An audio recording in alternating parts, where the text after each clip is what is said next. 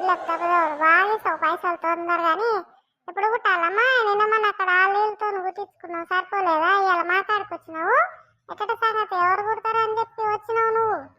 పైసలు ఇద్దాం అనుకున్నా మరి ఎప్పుడు ఇస్తావు ఎమ్మటే కుడితే 500 రేపు కుడితే 300 ఎల్లుండి కుడితే 200 ఎట్ట సంగతి మరి చెప్పు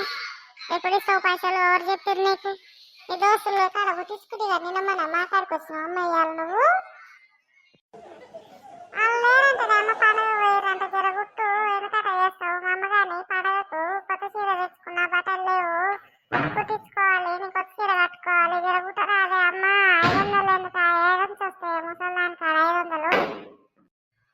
నువ్వు అమ్మ ముసల్దాన్ని పైసలన్నీ ఎక్కడ పోయినా ఏం చేసినావు 500 ఇస్తే కుడతా లేకుంటే కుట్టను ఇష్టం ఉంటే కుట్టించుకో లేకుంటే లేదు పో నీ ఇష్టం మరి